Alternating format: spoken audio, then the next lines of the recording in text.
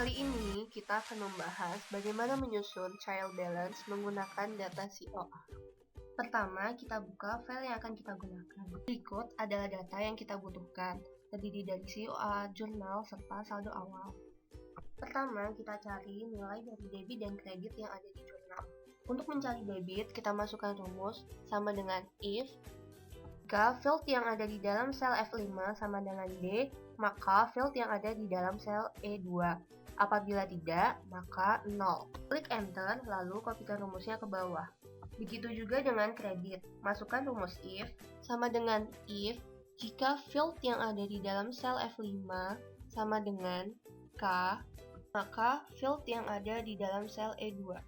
Apabila tidak, maka 0. Klik enter lalu kopikan rumusnya juga ke bawah. Maka kita sudah mendapat jumlah debit dan kredit. Setelah itu kita define name kode rekening, blok sampai bawah lalu klik kanan, define name lalu kita ganti namanya menjadi kode rek. Lakukan define name pada saldo debit dengan cara yang sama. Begitu juga dengan saldo kredit. Blok row saldo kredit, lalu klik kanan, define name dengan nama kredit. Setelah itu, kita harus melakukan define name pada saldo awal. Ini akan memudahkan kita dalam langkah-langkah selanjutnya. Kita akan ubah namanya menjadi saldo awal. Selanjutnya, kita harus copy data COA atau data daftar akun yang kita punya. Kita kopikan ke sheet yang baru.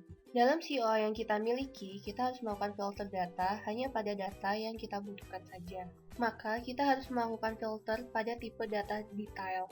Selanjutnya, untuk memudahkan kita mengelompokkan kode rekening, maka kita akan buat B1. Masukkan rumus left untuk mengambil karakter pada data dari paling kiri. Kita cukup mengambil satu karakter paling depan untuk dapat membedakan masing-masing akun yang ada dalam data. Setelah itu, kita harus mencari saldo awal menggunakan rumus VLOOKUP. Karena pada data yang kita miliki terdapat data yang kosong, maka kita harus menggunakan if error agar tidak muncul NA atau error. Fungsi VLOOKUP di sini untuk menampilkan data dari sebuah tabel yang disusun dalam format vertikal. Di sini kita menggunakan data yang sebelumnya sudah kita define name menjadi saldo awal.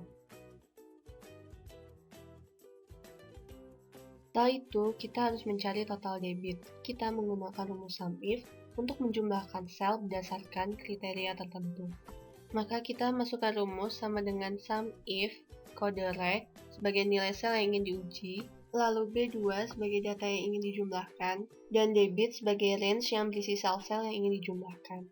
Kopikan rumus ke bawah. Lalu kita cari total kredit. Masukkan rumus sama dengan SUMIF, lalu kode rek sebagai range nilai sel yang ingin diuji, lalu B2 sebagai kriteria data, lalu kredit sebagai range berisi sel-sel yang ingin dijumlahkan. Kemudian kita harus mencari saldo akhir. Masukkan rumus saldo awal ditambah total debit, lalu dikurang total kredit. Kopikan ke bawah untuk semua akun yang termasuk ke dalam aset. Lalu masukkan rumus saldo awal dikurang total debit ditambah total kredit.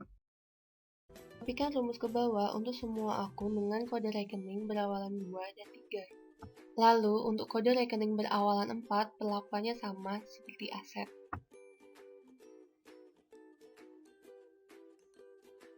Selanjutnya, untuk kode rekening berawalan 5, maka saldo awal ditambah total debit kurang total kredit. Kopikan rumus ke bawah, dan ini berlaku untuk kode rekening berawalan 6 dan juga 7. Di sini, kita sudah menyelesaikan penyusunan trial balance yang terdiri dari saldo awal, saldo akhir, serta total debit dan kredit. Sekian penjelasan singkat dari saya, semoga bermanfaat untuk kalian semua. Terima kasih buat kalian semua yang udah nonton.